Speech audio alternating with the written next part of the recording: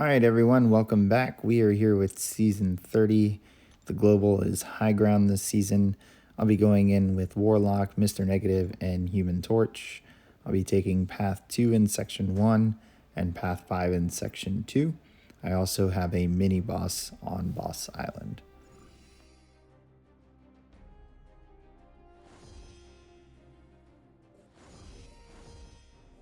So this first fight on Path 2 is Mangog. I'm going to take it with Human Torch, but without the pre-fight, as I need it for high ground champ later.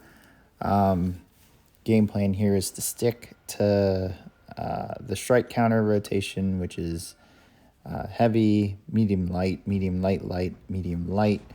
And what you're going to see is that I never really fully use the combo before being able to throw an SP1, and that's just because of Mystic Dispersion and Mangog's passive power gain, pushing him to SP1 and me gaining a bar of power due to power struggle. So going smooth here, no furies on him. He is going to end up building hatred throughout the fight due to the SP1. It's fine. I'd rather him only use SP1. But because of this, what you're going to see is we'll hit a point where his hatred is going to push him into enraged, and now he's unstoppable. But we do not have a special attack. That's the only way to remove the unstoppables. But our strike counter isn't building furies, so we're in a good position to just wait for the passive power gain to give us an SP1 and throw it like we did there. So now he's free of the unstoppable, and now we reset his hatred. So as long as you don't panic there and you keep in mind that you can just parry to kind of wait out the unstoppable and the enraged, then you'll solo the fight pretty easily. Moving on to the second fight, this is a rank 4 Doom. I will be taking it with Mr. Negative, and I'm going to take it with a Power Start 1. Game plan here is to build to SB2 while following the strike counter, and then drop the SB2 without his aura up to reset the strike counter. What you're going to see here is I start out fine. So there's the heavy, here's a medium light, and then here's another medium light, and then I evade counter there, which counts as a light. And then instead of just backing off, which I should have done it and started parrying, I went ahead and comboed him. So that's where the mistake was in the strike counter build up here. So it's fine. I'm going to reset brute force there with the evade counter. He's at 6 furies, not too big of a deal. We managed to drop the SB2 with 12 dark energy. So he's going to start melting like crazy here, and the fight is over. So can play it a little bit cleaner next time, but still a solo. All right, moving on to Path 5 in Section 2. This first fight I was most worried about just because of the Weapon X AI. It's not a fun AI to play around with. And when I don't have a champion like Sentinel who can take a beating, especially when his analysis is way up, it doesn't leave a lot of room for error. So Warlock here would be the quickest.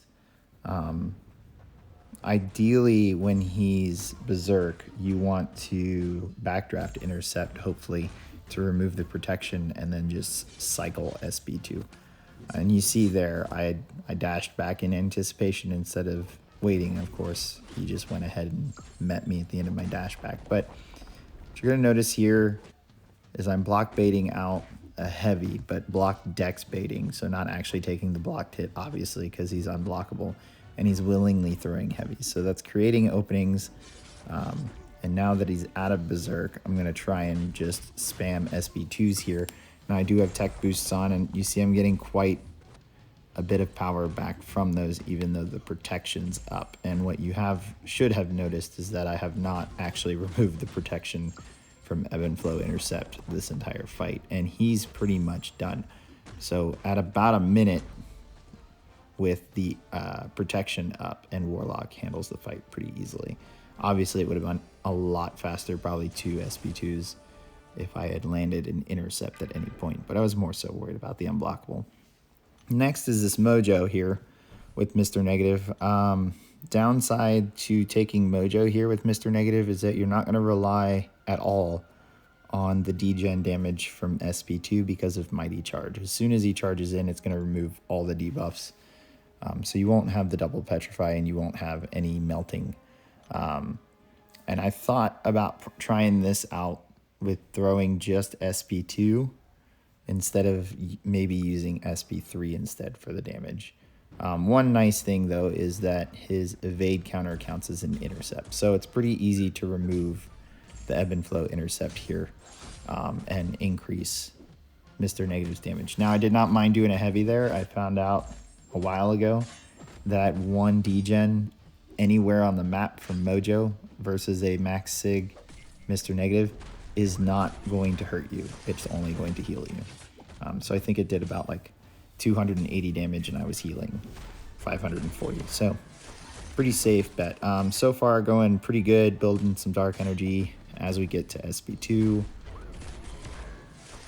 Here I try to purposely get a dex buff to eat and then convert it so that I can get to 10 dark energy, and there's the SP2, and then there goes the debuffs. So at 50% for one rotation, not bad. Obviously he'd be done if those debuffs had stuck.